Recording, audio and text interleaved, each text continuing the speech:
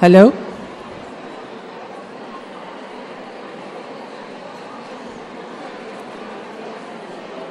Good morning, everyone.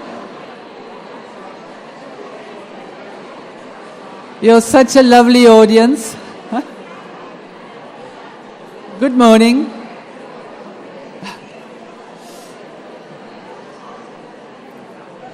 Hi. Good. Hi. Ready? What do you say? I should do this? Okay. Thank you. Good morning to everyone. I have great pleasure in introducing Dr. Tristan Stobie. Tristan is Director of Cambridge International Examinations Education Division. He is responsible for the development of CIE's education strategy for schools, supporting Cambridge teachers and learners, and working in partnership with ministries engaged in education reform initiatives with Cambridge. A couple of days ago, as an example, we were in Uruguay in discussions with the Ministry of Education in that country. Tristan completed a master's and a doctorate degree at the University of Bath with research interests in curriculum and pedagogy. He has also worked in a number of roles for the International Baccalaureate, most recently as the head of IB Diploma Curriculum Development from 2006 to 2009. But he joined University of Cambridge International Examinations in July 2011. Thank you very much, Mrs. Tristan.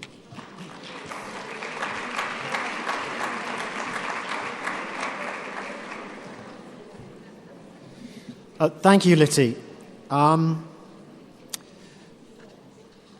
think just one other small bit about my history. I've worked for over 20 years in schools as a teacher and as a school principal, and I think it's on that basis that I feel qualified to talk a bit about leadership, not so much working for Cambridge. What I want to say is this by way of introduction. First of all, it's a hard act to follow all the speakers we've had so far. I think you have a wonderful conference here and a wonderful sense of a community, a professional learning community, and I'm most impressed with the whole setup that ESARP has and the passion that is evident amongst the teachers and principals here towards education. The second point, I suppose, is it's a hard act to follow because I sort of feel as if I'm the bad boy. I mean, I'm here representing Cambridge International Examinations. Now, examinations, assessment, part of Cambridge assessment. And I haven't heard a good thing said about examinations or assessment yet. Okay, I'm going to try and change that. I'm talking about leadership, but I'm going to cross-reference some of the themes and ideas that have been raised over the course of the conference. And I think you're going to be particularly interested, I would be in your shoes, is, well, what does this mean for me? I'm teaching Cambridge qualifications. We've heard all of these things about the internet, about the value, what students can do on their own in terms of their enormous potential for independent learning and collective learning in groups. What's Cambridge think about this? What's the Cambridge approach? So I'm going to try to address that in the context also of looking at some leadership issues. I hope this works right. It's the right way. Okay.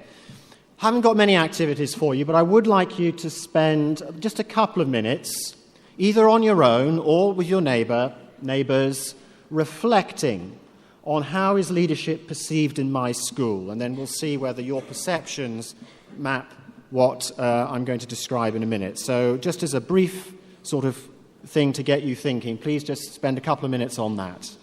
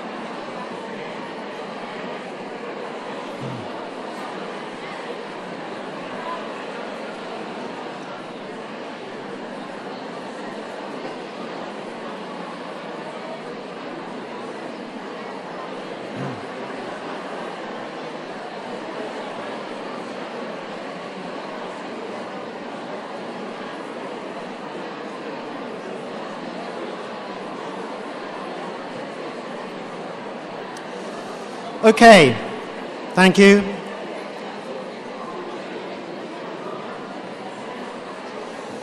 When at the end...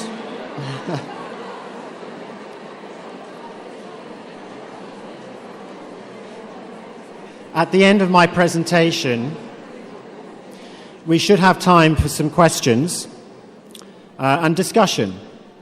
And I'd like you to think about, at that point, if anything in the presentation has made you rethink what leadership is and what it means. I hope that it achieves that, and I hope there's time at the end for some discussion and reflection on that. What I want to do during my presentation is to look at the following things. I want to consider some of the challenges of leadership, and I think they're actually pretty clear based upon previous presentations in the modern world, what some of the challenges are. I'd like to briefly look at the principal as leader, or I suppose director, senior school administrators, often what is associated with leadership in a school, but I'm going to argue that leadership is much more than that. I'd like to spend some time looking at curriculum leadership. I'd like to spend some time looking at the teacher as leader, what student leadership means. That's something that particularly interests me, and I'd like to put some reflections on that. The school is a leader in its community, and then wind up with some conclusions. So it's looking at leadership in lots of different ways, from lots of different perspectives, and I hope that that will be valuable. That's the wrong one. Okay, let's try that. Well, I hope we're all past the heroic view of leadership. Does anyone know what those are? In English, they're called lemmings. Lemmings. And they do actually do that. They follow the leader en masse off cliffs. It's an actual event that occasionally happens. Don't ask me how or why, but it does actually happen. And I just love the comment there. I'd like to question the leadership move on this one. Shut up, you're undermining the troops. I think that's quite a perceptive cartoon. And what are the challenges of school leadership? Well, Michael Fullan makes an important comment. The more complex society gets, the more sophisticated leadership must become. And I think we've certainly heard enough about complexity over the last couple of days. We know that schools are enormously complex organizations. They're an intricate web of interdependent parts. I like the analogy of education as a web. Often when you try to find educational solutions, you tamper with one little bit, and you think that's going to solve problems. But when you tamper with one little bit, it reverberates through the whole system of the web. And looking at education as a sort of complex entity in that way, you've got to look at the whole system. It's more than the sum and different from the sum of its parts. And they're becoming more complex. We've talked about the impacts of globalization, the interconnected world. I don't have anything more to say on that. We've talked a lot about information proliferation and overload. And I think that's very clear. Also, today's students arguably are somewhat different. I don't know how quickly brains are going to change, but there's certainly the fact that we can see in behavior how the interconnectivity and hyperactivity of the World Wide Web and the way in which they interact with each other is certainly changing behavior. Principals of schools have to deal with a lot of so-called research into good learning or pedagogy. There's neuroscience, there's cognitive science, there's genetics, and there are a lot of neuromyths. There are a lot of people making a lot of money selling books, that are either superficial or completely wrong about learning, and that's a problem because principals have to sort out the wheat from the chaff. They have to work, or schools have to work out what really matters, what's the real research-based best practice. On top of all this, school principals are dealing with increased accountability, certainly in countries like England, misguided accountability with league tables and positional competition. And therefore that distorts incentives. And that's another reality. And we live in an uncertain world. That's very, very clear. So what on earth are we to make of all this? And another thing, this has been mentioned earlier on as well, about importing educational solutions from other contexts. Oh, I wish we could be more like Finland, for example. And this book by Kamens, who's talking about the culture of sort of PISA league tables, and this is something we see in Cambridge. We get ministries almost every week coming to visit us, and they want the solution, the pill. How can we be better? How can we improve our TIMS performance? How can we improve our PISA performance? That's the first question they ask, which is kind of alarming. And can we do it by tomorrow, please? This is also an illusion. Every country is different. Every context is different. Education is not like engineering. It's socially embedded in cultural contexts. It's situational, and therefore that's very important for leaders to understand in schools, because your school is unique. And that's important, I think, to recognize. So the poor principal needs a hug.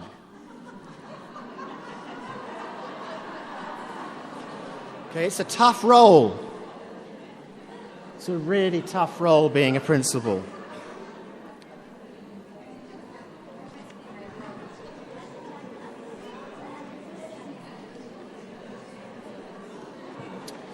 So, a few tips to help the poor principal. Principal is leader. The importance of vision has been talked about. And I love this cartoon. I mean, I was just searching the World Wide Web to find some interesting cartoons. This was from a veterinary school. I thought, amazing. I mean, it's just, but it says a lot, because you've got the principal or you've got the research leader or whatever standing at the front, trying to steer the boat. Good lady research. That's the background for this. And the students are rowing in the opposite direction. Could be the teachers rowing in the opposite direction.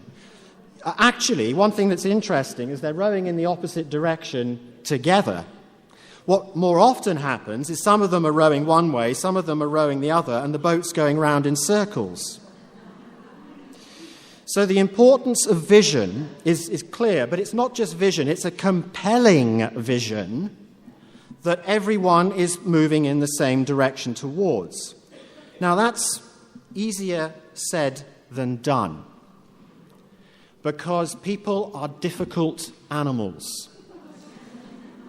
And some will pretend that they're buying into the vision or not, or people have different real motivations. It's a really profound thing to get if you have a school where everyone is pulling in the same direction and you have a common, agreed, worthwhile vision and mission, you're halfway there. It's so important to success. But leadership does involve vision making, which isn't heroic. I'm not talking about the principal or the director or the board telling you we are X. We believe this. I think the best vision formation is the whole collaborative process involving parents, students, teachers. But it needs to be led. It needs mediation. It needs real thoughtful ways of managing it. But that is a really important idea. Prioritization is important. We live in a complex world and there are so many things going on. And schools often, particularly well-meaning schools, try to do 1,000 things at once. And prioritizing is a very important area. How to prioritize, I'll come back to. I think some of the guidelines for that. But one of the definitions I like of leadership is short and sweet. And it distinguishes leadership from management. And it's not perfect, but it's, I think, a good workable start. And I'm going to use it throughout this presentation. It's from Hersey and Blanchard. It's one of the basic courses at university in leadership in the United States. And I remember reading it or being taught it. Leadership is doing the right things. Getting an institution, that begs the question, of course, what are the right things? But at least it says leadership is about getting the organization to do the right things, Management is about doing things right. Okay, doing things right. They're very different. And obviously, we need to separate the two. Management, doing things right, requires positions of authority, requires managers whose job it is to make sure things are done right, that the Cambridge exams are properly administered, for example, that school attendance is properly maintained, and all various areas associated with management, that accounting, all of those sorts of things. Leadership's different and much more than that. And to me, and this is one of the main points I want to make, is that leadership is a process. It's not a position of authority. And it is best when it is distributed in a meaningful way in a school. It's a process. It's not a position of authority. And it's best when it's distributed and shared. And I'm going to come back to some ways that might be constructed. It's a collaborative practice. Teachers need to be jointly engaged in an empirical. An empirical means, in this sense, that you look at evidence.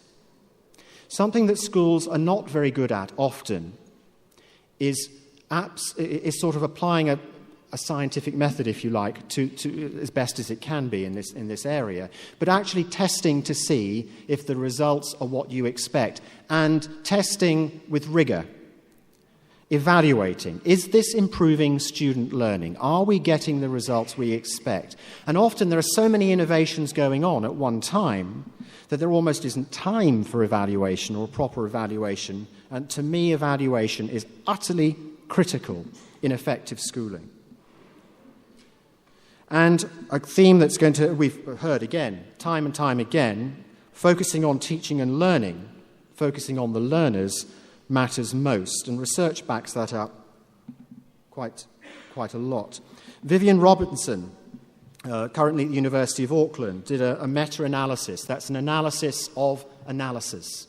In other words, looking at a whole collection of different studies about effective leadership practice in schools around the world. Although, when we say that, around the world, and the same is true of John Hattie's work, who I'm going to refer to in a minute, that tends to mean the United States, to a lesser extent the United Kingdom, in Europe, Australia and New Zealand. And there are issues about research in cultural contexts and whether it transfers across cultural boundaries. But certainly, what Vivian Robinson identified as the 5 leadership dimensions with the most powerful impact, and she's really talking about school leadership here, is establishing goals and expectations, strategic resourcing,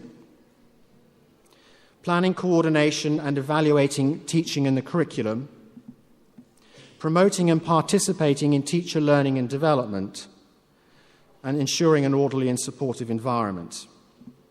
And if you Google Vivian Robinson on the net, there is quite a good article there that summarizes in more detail some of those things. And I'm certainly going to leave this presentation to somebody in ESARP to make available to others, so you don't have to be writing all of these things down. And she came to the conclusion, well, she also did another evaluation, another study, particularly looking at different leadership styles associated with instructional leadership and transformational leadership. And she concluded, well, first of all, with the previous 5 leadership dimensions, the most important dimension, which was strongly associated with positive student outcomes, was that of promoting and participating in teacher learning and development in a profound way. That doesn't mean attending events with teachers. It means leading, being an instructional leader, understanding the theories, being engaged, being a source of authority about teaching and learning. These are really, really important. Now, you could separate functions in a school. You could have a sort of a leader, instructional leader, and a sort of administrative leader. I mean, there are various ways who's concerned with the management. I think too often the poor principal just gets landed with everything on their plate. And actually, there's quite a strong, I think, need to separate roles so that management is done by one person with that set of skills. Often leaders and managers are very different sorts of people. A good manager is not necessarily a good leader. A good leader is not necessarily a good manager. Often it's a teacher who's been promoted up, and they're a better teacher than either leader or manager. And there are all sorts of issues there about principal as leader. But the other thing that she noted is the importance of instructional leadership is considerably greater than transformational leadership. There was a lot of movement, and transformational leadership is very important. That's about transforming the institution, making the teachers feel energized, supporting the teachers, putting all of the emphasis on creativity for teachers. But the research showed, anyway, that instructional leadership, really focusing on learning and leading and prioritizing and being clear and providing direction and vision within the school mission and vision, was the most effective practice. Going back to evaluation, which is another thing I keep coming back to. Evaluating performance. Evaluation is not the same to me as assessment in terms of assessing people to pay. For example, I do not approve of pay being linked to performance and things like that. I think that actually leads to disincentive, and many schools do that. Evaluation, to me, is defined as judgment with a view to improvement. It's formative in nature. It's about making the system better. It should be non-threatening, and it should be 360.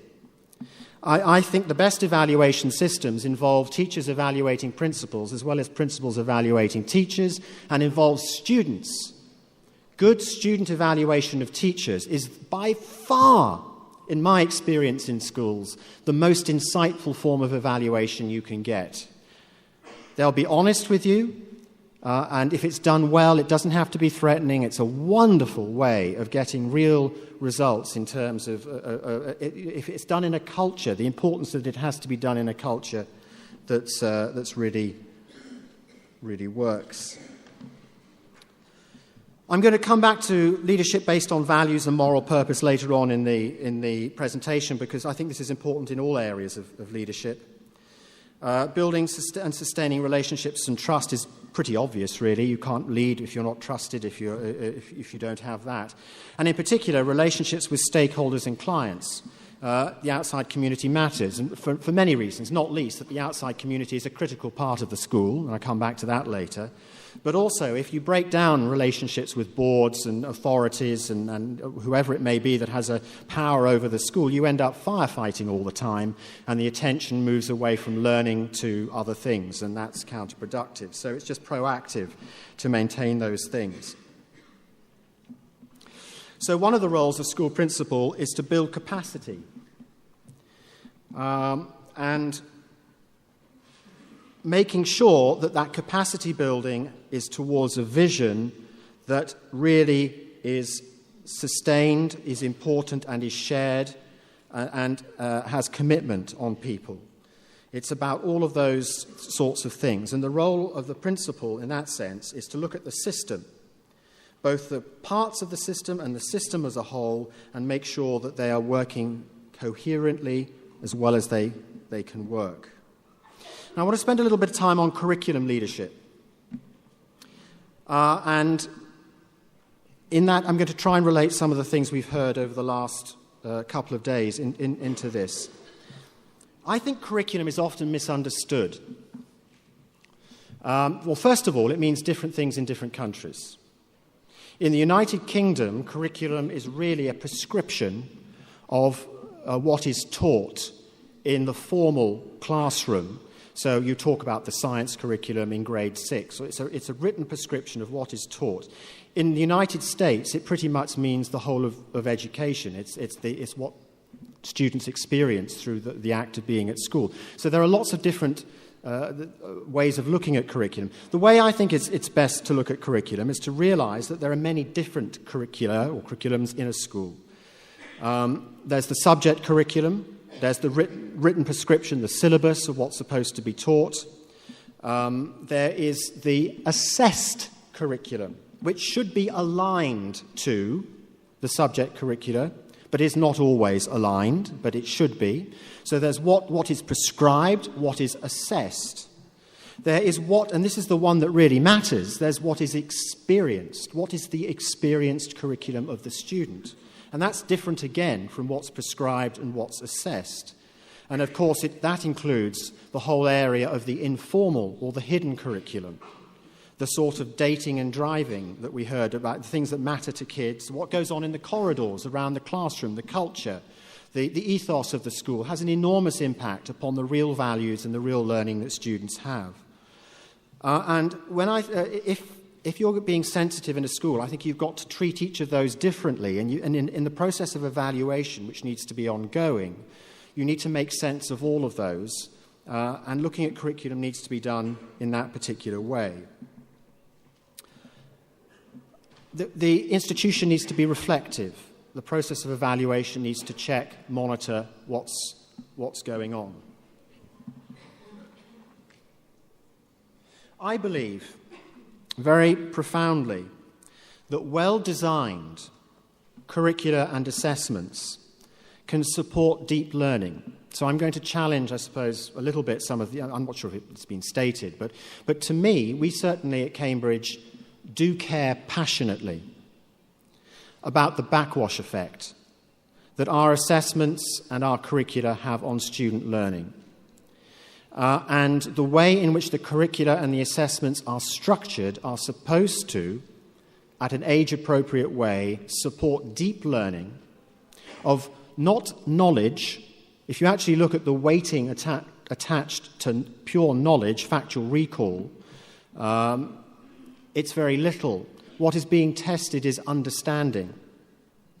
And it's also synoptic, by and large. We're interested not that you can understand things in isolation of each other, but that you can make connections, that you can relate.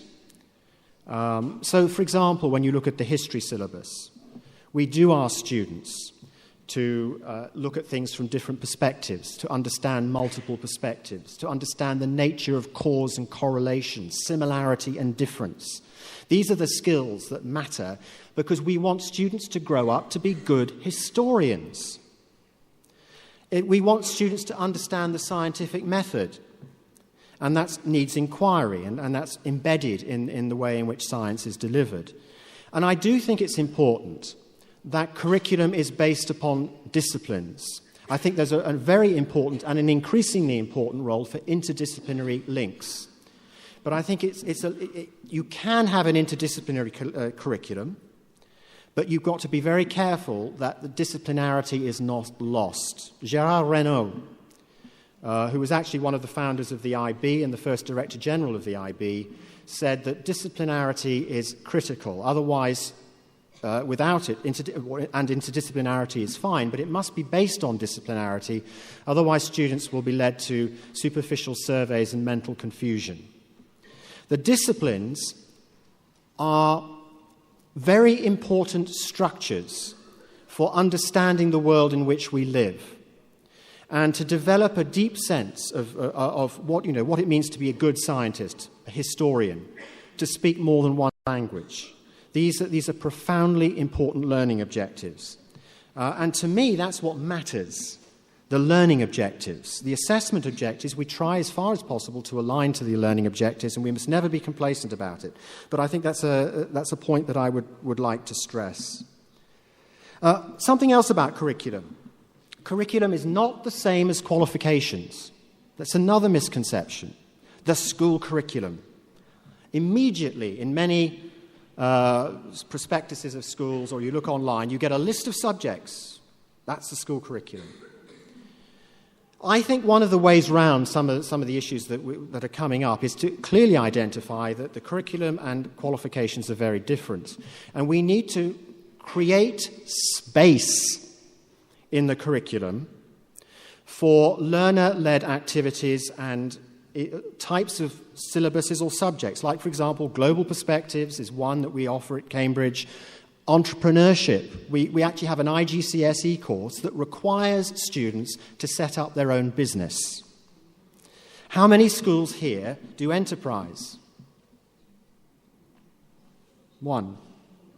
Okay, they get a qualification in something that's very much about creativity and entrepreneurship. Global perspectives. How many schools here do global perspectives, IGCSE?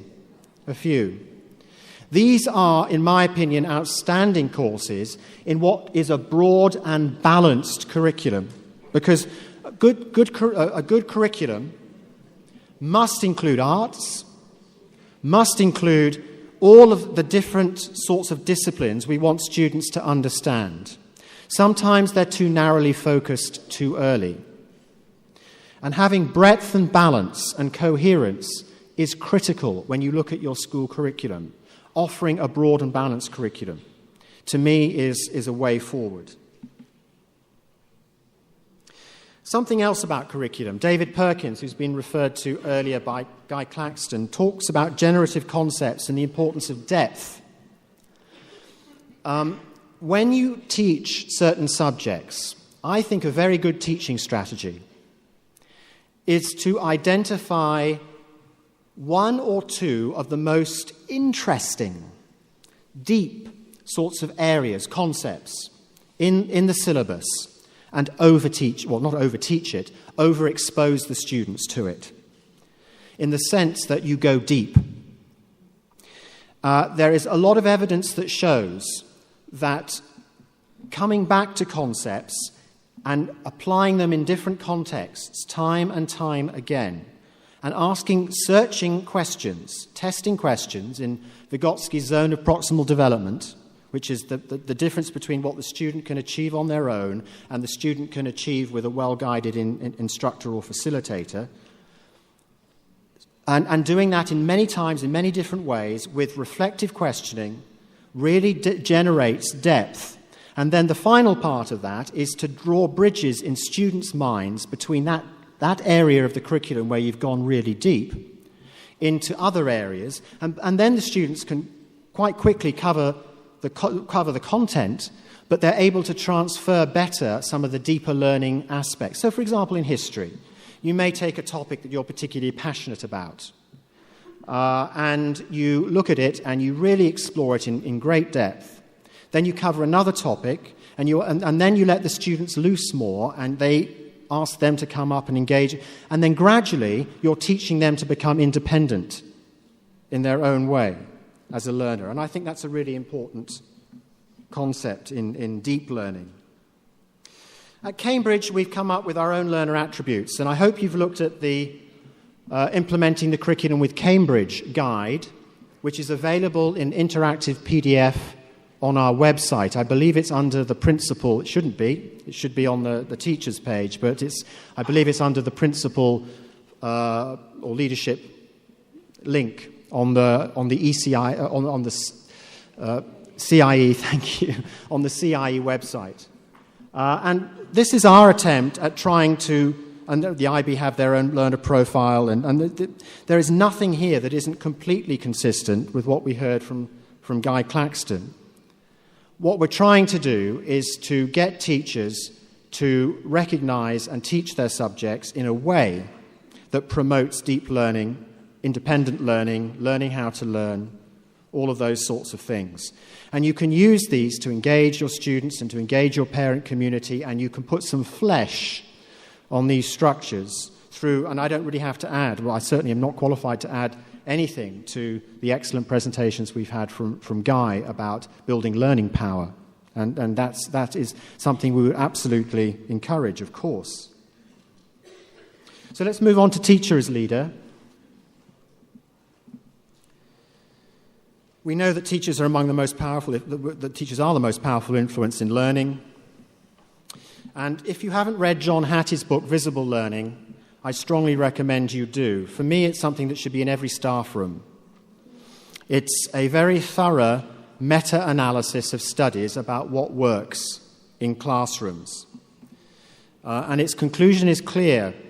Active and guided instruction is much more effective than unguided and facilitative instruction. Need to be clear about what he's talking about here. He's talking about active learning. He's not talking about didactic learning. He's talking about active learning. He's talking about making the title of the book, Making Learning Visible. The most powerful influences occur when students deeply understand what is being asked, what matters, what constitutes excellence and quality in that particular discipline. They are then able to become more independent as learners and work independently. And that requires an enormous amount of engagement by the teacher. And one of the most powerful mechanisms is really effective assessment for learning practice in support of that. Formative assessment, assessment for learning, or as sometimes it's called, and I think it's quite a useful way of describing it, assessment as learning. Because I see assessment, good assessment, as learning. The most important point of assessment for me, other than, I know examinations, high stakes at the end, but the vast majority of assessment we do for students is to support learning. And it has to have feedback. It has to help the learner understand themselves as a learner. That's what it's all about, and that's visible learning, and that's what matters, and that's what concentrating on learning means. Professional development is very important. We saw with Vivian Robinson's analysis how important it was. But schools also need to be aware about effectiveness of professional development. This is taken from David Weston in the Times Educational Supplement quite recently. And it resonated with me because I remember a lot of professional development suffered from these 7 deadly sins. Passivity. I'm afraid I'm guilty of this now. I'm standing here lecturing at you, and that's not evidently effective professional development. So I apologize, but that's the nature, I suppose, of a bit of... But essentially, what in deep professional development, it requires opportunities to implement, evaluate, and refine in practice. And often, I've mentioned this before, there are so many initiatives going on in schools that teachers are running around spinning plates. And they're doing one initiative over here, and it's all being done a bit superficially. So depth, I talked about the importance of depth of learning for the learner. In order to really understand what the subject is about, you've got to drill deep in certain contents. That coverage can be the enemy of understanding. You've really got to drill deep in terms of certain content. But the same is true with a teacher, because we're all learners, of course. Absolutely critical. Overconfidence. Sometimes teachers get so excited about new things that the evaluation is very superficial. Oh, it works wonderfully. I'm enjoying my... a lot of the limitations, according to Vivian Robinson, about transformative leadership was that it excited teachers. It was great for morale in the staff room. But when it didn't very well translate through to results for the actual learners. So there's some messages there. Insularity. Professional development should be working with colleagues and external expertise. It's really good to get outside people in. And Leadership for Learning, I'm going to talk about in a minute, which is an initiative we're doing with the faculty, involves that precise thing. Getting outsiders in to help you with the evaluation, a fresh pair of spectacles to look at what's going on in your school. Gluttony, trying to do too many things. You need to prioritize. Be aware of neuromyths. Not everything is true that you read. And often professional development is about focusing on teachers. It should be focusing on learning and learners. That's behaviorism. Let's focus on the learners. What are the results? What do we want, and are we getting them? Let's measure. So those are some deadly sins. Cambridge, we offer, I think you know, some professional development qualifications that we are revamping, renewing, and we believe they are a good model to encourage professional development practice. And you decide. You can choose the content in a sense. But it's more of a process that's supposed to support teachers in the process of making sense and going deep into developing some learning skills so that they can teach particular ways better. But it's based very much on the reflective cycle. Leadership for Learning. One of the things that we are currently piloting with the Faculty of Education at the University of Cambridge is, actually it's been going for about 12 years now, and it's run by the Faculty of Education. It was an initiative to link leadership and learning through distributed leadership, through trying to get teachers to be more involved in leadership activities and learning activities, making the connection. And it's really a series of instruments and support and critical friendship. Critical friendship provided by somebody from the university and by being part of a network of schools so that schools are actually critically friending each other and looking at each other's work in a particular area. And this initiative, we're currently piloting it with 7 schools, 1 school in New Zealand, 3 schools in Malaysia, and 3 schools in Northern Europe. And we are hoping, but we don't know yet, but we're trying to work out particularly an online solution because obviously with the Cambridge schools being spread so thinly, we need to find ways to make it work. But we believe it can be very powerful, and the faculty have researched the effects of this, and it is very powerful. Particularly when it's well supported in a school. It has to be well supported by the administration, but it's as a mechanism of trying to get teachers to be more involved in doing the right things, deciding what they are, creating the vision, and then leading the vision.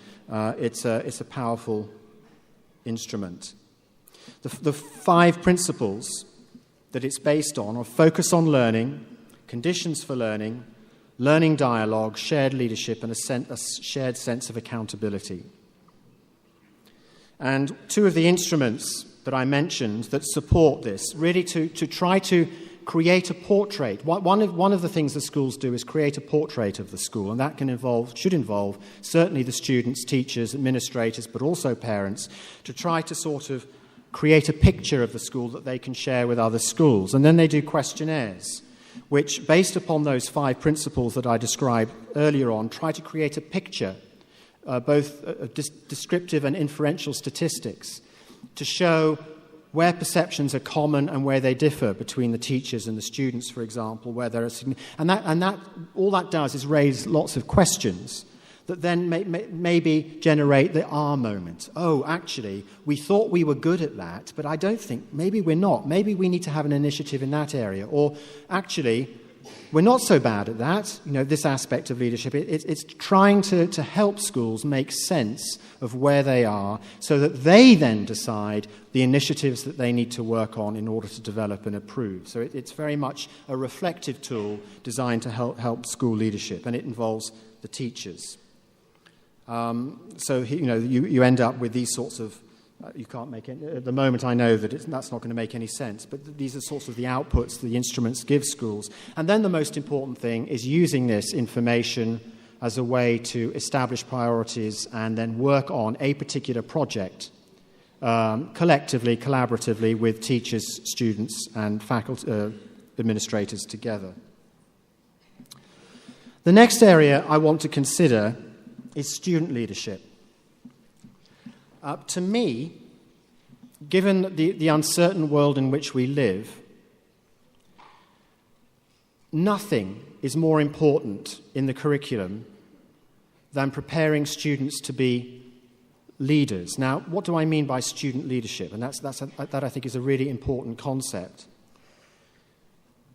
When I went to school, I went to a school like this. Actually, the school on the left, I taught at a school on the right. The school on the right is Atlantic College, which is in South Wales, and the students run a lifeboat. It's part of the National Lifeboat Network, and they go out occasionally and rescue people in real-life rescues, and that's part of the ethos of the school.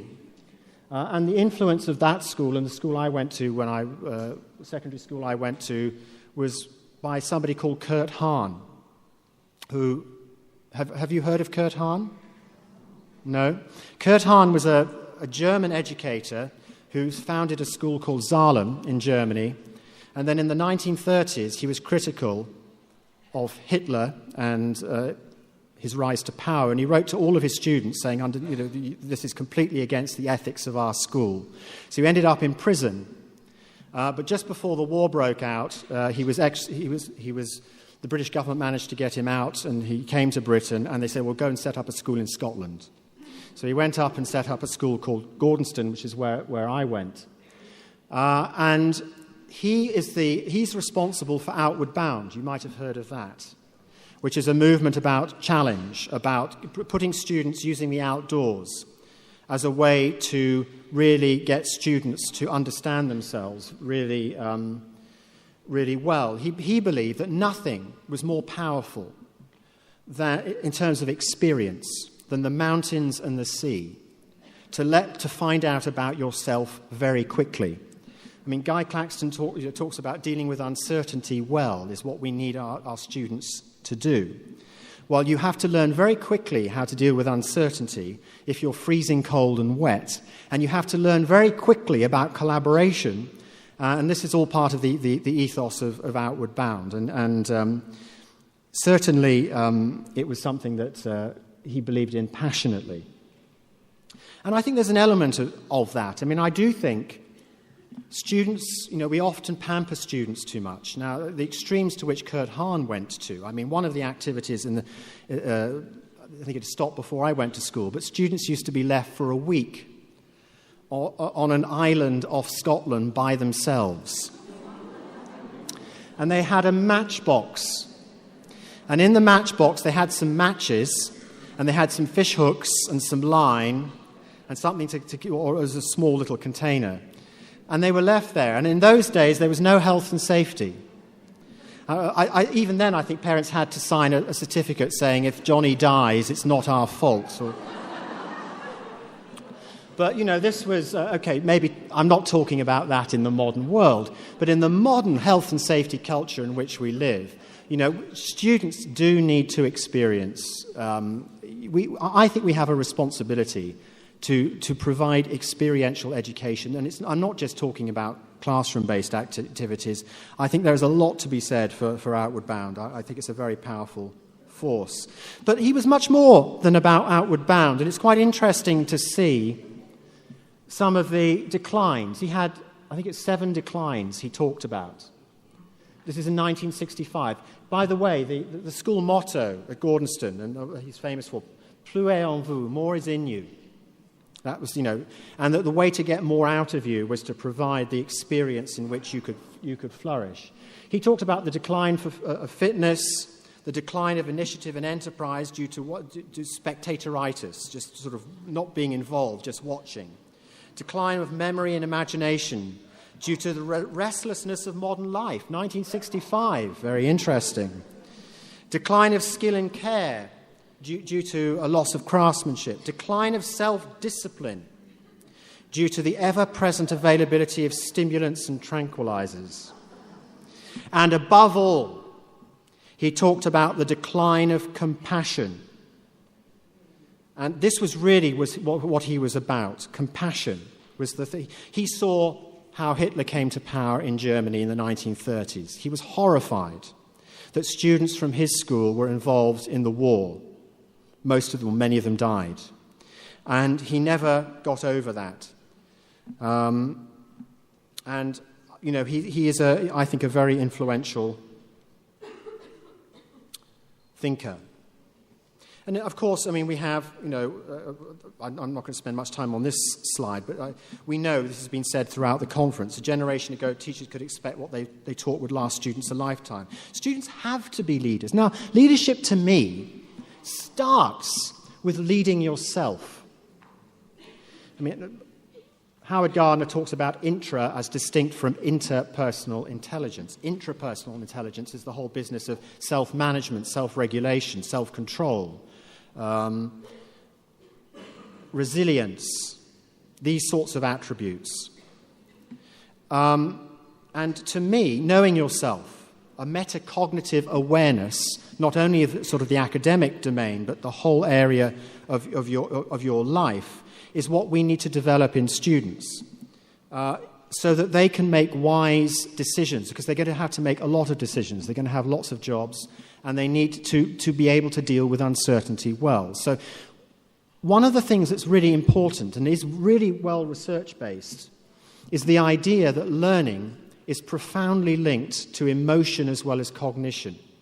Antonio Damasio and Helen Imordino Yang published in a journal called Mind, Brain and Education recently an article about this, and they described how all learning is based on emotional platforms. And developing emotions and emotional resilience is a necessary condition for effective cognitive development as well as social development. So this whole area of personal development is profoundly important in the curriculum. Obviously, it goes beyond subjects and disciplines, but it's profoundly important in terms of the curriculum that schools provide. And Schools often talk about leaders and leadership. This motto is taken from a friend of mine who's Neil Richards, who's the principal at the British International School of Phuket. And he talked last year at the Cambridge Schools Conference. And he arrived at the school, and the school had the motto, Leaders for Tomorrow.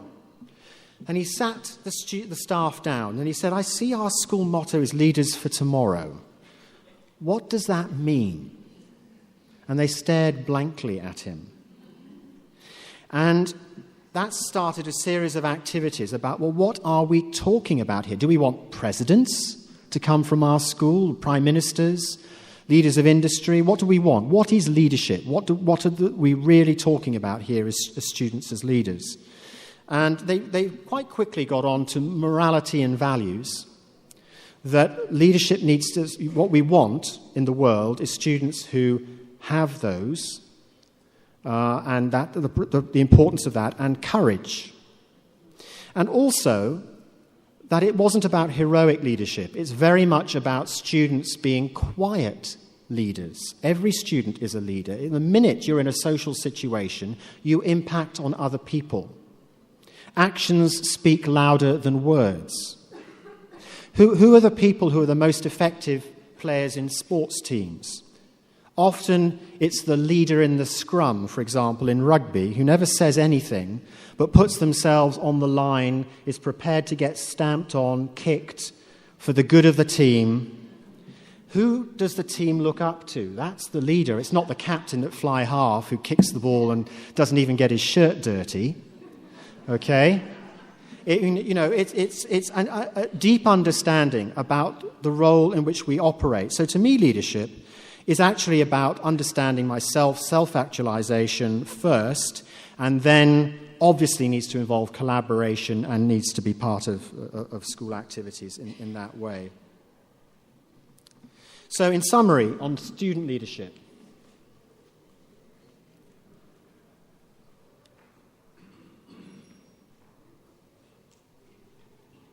yes, I think I've covered all of those points. Often, unfortunately, this is how we behave.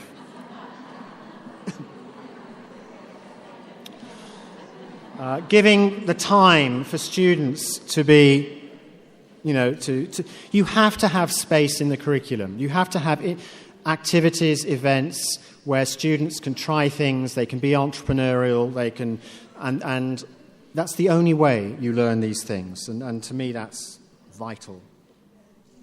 Okay, we want students to be creative, independent.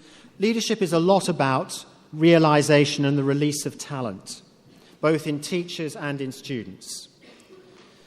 That's a lot of what it's to do with. But, that, again, it's easier said than done. But it's creating a situation where individuals, both teachers and students, are free to realize their talents in a safe way, in a controlled environment, but it's got something to do with that. One other point about leadership and the role of schools. John Abbott talks a lot, he uses an analogy of a stool with 3 legs. One leg is the school, one leg is the community, and one leg is the home, the parents. And he said all 3 are equally important in terms of education.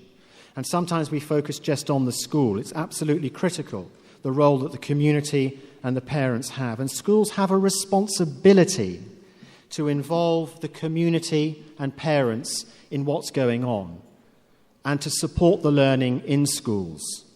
And this is the role of the school as leader in its community, with parents and with the community.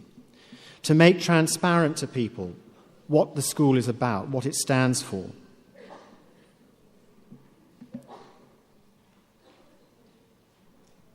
So in summary, and then I'm going to stop talking because I've talked for long enough and we can have a little bit of time, I think, to discuss and answer any questions. What is leadership to me, or what does a school as a leader look like?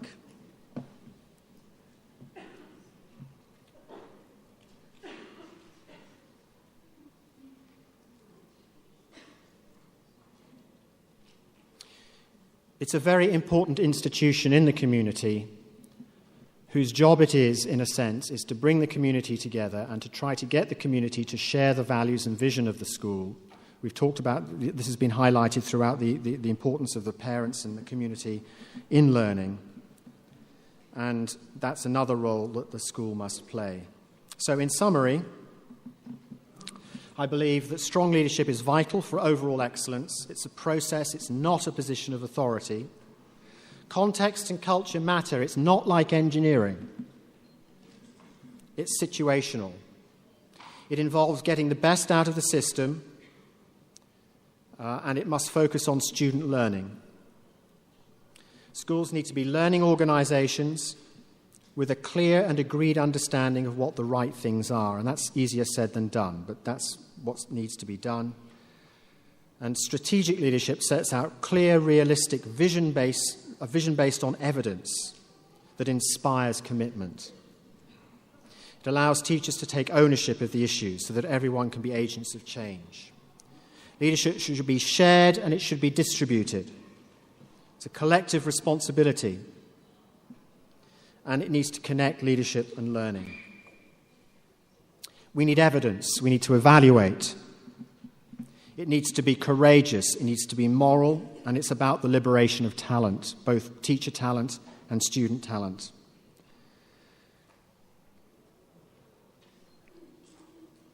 And finally, a quote I like, Lao Tzu in the Tao Te Ching, talks about the quiet effectiveness of the best leaders. The best leaders, you don't even know they exist. They're so effective in the way that they operate. They get things done. They get things done, but they don't make a noise about it.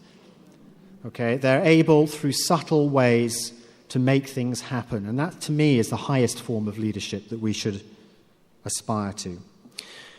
So, on that point, and I think I've talked long enough, we've got, I think, about 5 or 10 minutes for any questions or comments. Who would like to go first?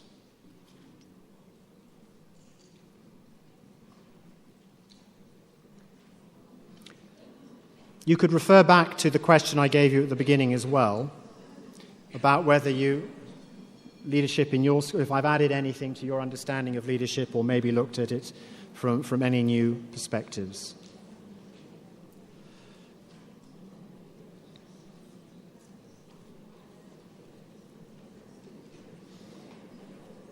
Any questions or comments?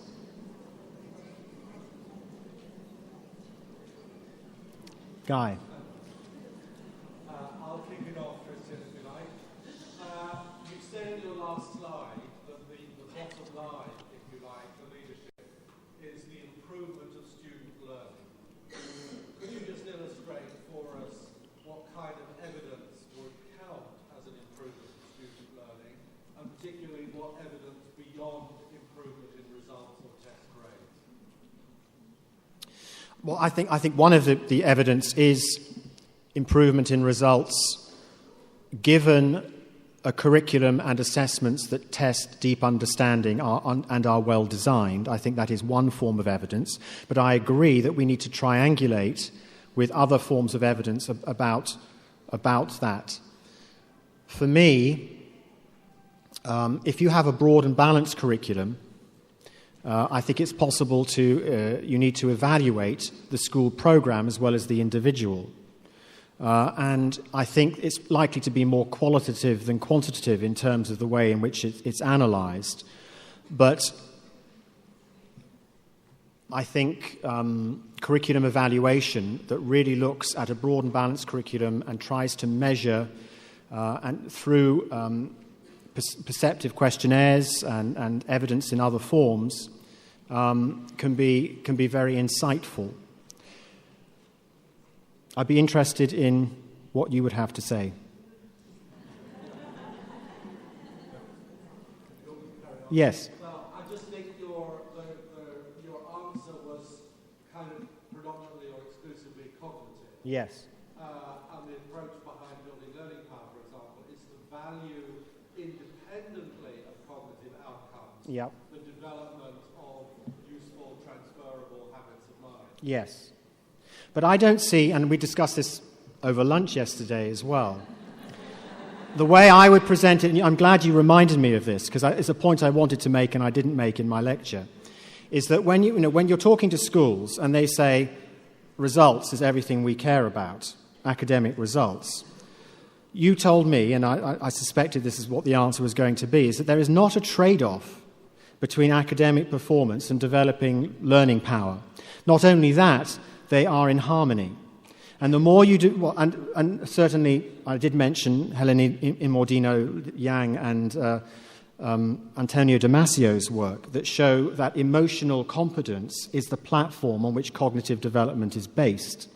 So the answer to the parents who are skeptical and say it's the only thing that matters is exam results is say yes, but exam results will improve if student learning power is improved. That's why the Cambridge attributes matter, or whatever mechanism you want to use, learning power, habits of mind, David Perkins' work. That's why these things matter, because we care as an institution about improving student performance in results. We want them to get into university, but we want them to get on at university and in life afterwards. So these things matter, and we need to have both in our schools. I think that's a very important point.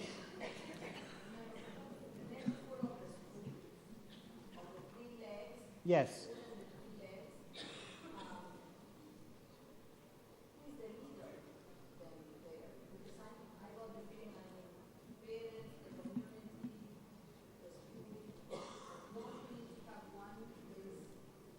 Well, the point I was trying to make, and I did rush it a bit, was that I think the school needs to be a leader in the community. Now, that, again, what does that mean in the context? Now, clearly, it's one of the reasons that leadership is situational and it's not like engineering, is that every school is in a different relationship with its community, with its parents. And you have some generalizations. In Asia, in places like Korea and Hong Kong and China, it's very difficult to get parents to buy or understand anything but exam performance. I get a very deep sense by the fact you're holding conferences like this and inviting speakers like you have, that ESAP and Argentina are passionate about the whole educational experience. And I think the role of the school can be, up to a point, to try to influence the community, to try to influence parents about the values of the school, because also, of course, on the other hand, the values of the community come into the school. And that is quite correct. And it is true that education is going to be different in different parts of the world and in different environments. And one of the reasons at Cambridge, we say in the Implementing the Curriculum with Cambridge Guide that the values and mission of your school define your curriculum, define what you value. We hope they include these broader learning objectives. Chapter 2 is all about developing the Cambridge learner attributes. But at the end of the day, communities will decide and schools will decide what their values are. I am not in a position to tell you what your values should be. So we do have a very pragmatic approach to that. So I hope schools play a leadership role in the community, but schools cannot be different from the community which they serve. They've got to be in relationship, harmonious relationship with it.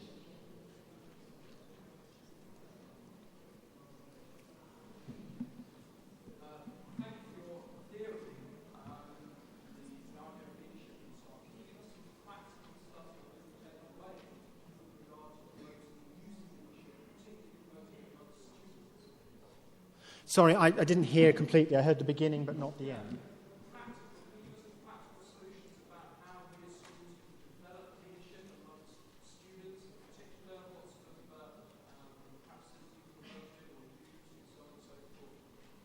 Yes, okay, yeah. Leadership amongst students, how do you promote it? First of all, you don't do what that slide showed about tell and students. Students have to be given real opportunities to lead. Now, I mean, that could be things like the student council, but I hope it goes beyond things like that. I think leadership also can be entrepreneurial. So I would encourage students to set up websites or activities or to run clubs and societies, to be involved in all of those sorts of things. I think there's a big role for things like community service in developing leadership skills. We don't prescribe it. Many schools use it. But encouraging students to become involved in their community is a very important type of activity. There's another level to this, though, and it's thinking about the language and the way which we present ideas about leadership. So it's the way the teacher and the school relate to students. It's the informal curriculum around the corridors and classrooms of the school. It's the nature of interactions between the teachers and the students. It's a lot of what I don't see anything different from what we've heard about developing learning power, because it's about developing metacognitive awareness, self-actualization. I also believe there's a really important role, and if I could design my own perfect curriculum, which you can't, and I wish I could, but I'd include a couple of things, and you've reminded me of something else I meant to say, and I didn't. One is I would certainly include things like outdoor pursuits and outdoor activities. I do think that they provide real contexts in which learning can occur. There's something else Kurt Hahn valued, and it's silence. His favorite punishment for students in Gordonston, if you did something wrong, you had to go for a 10-mile walk by yourself. And then you had to come back and have a conversation with him. And he said, there is more creativity and more insightfulness in moments of silence and reflection. He really valued than in any other interaction. And I do wonder, in our modern hyper-connected world, hyperactive world, where students are constantly online all the time, every second of the day, where is the time for silence? And there is research. There is quite a lot of research about the benefits of mindfulness and a non-religious meditative practices, mindfulness being the most commonly known. In Australia, it's quite popular. And I visited a school in Phuket which had mindfulness on the curriculum. And they'd stop the curriculum and students would have silence and they'd reflect, and it was profound.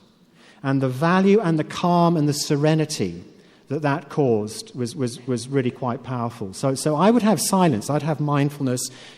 The trouble is there are only so many hours in the school day, of course, and unfortunately organisations like us keep giving you more stuff to do in the curriculum, which can be counterproductive.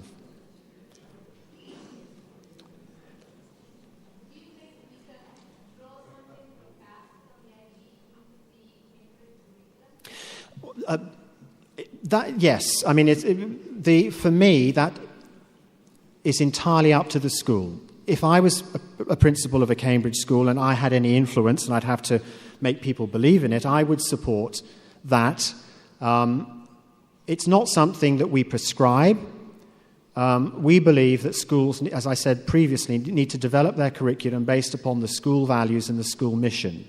But certainly as a principal, I would include something along those lines. That's why the IB. Kurt Hahn, by the way, was the influence behind CAS.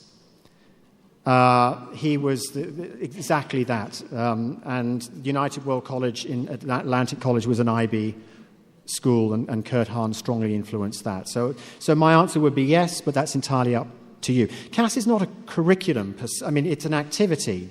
There are many schools that don't do the IB that do CAS. You do not need to be an IB school to do something along those lines. But that is an area which can support the development of leadership. I think my time is up. Thank you very much indeed. Thank you.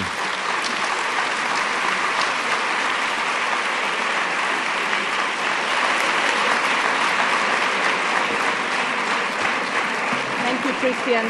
Thank you very much. Thank you very much. Thank you, Christian, to your contribution on leadership. Time for lunch. After lunch, we will be breaking up into 3 groups.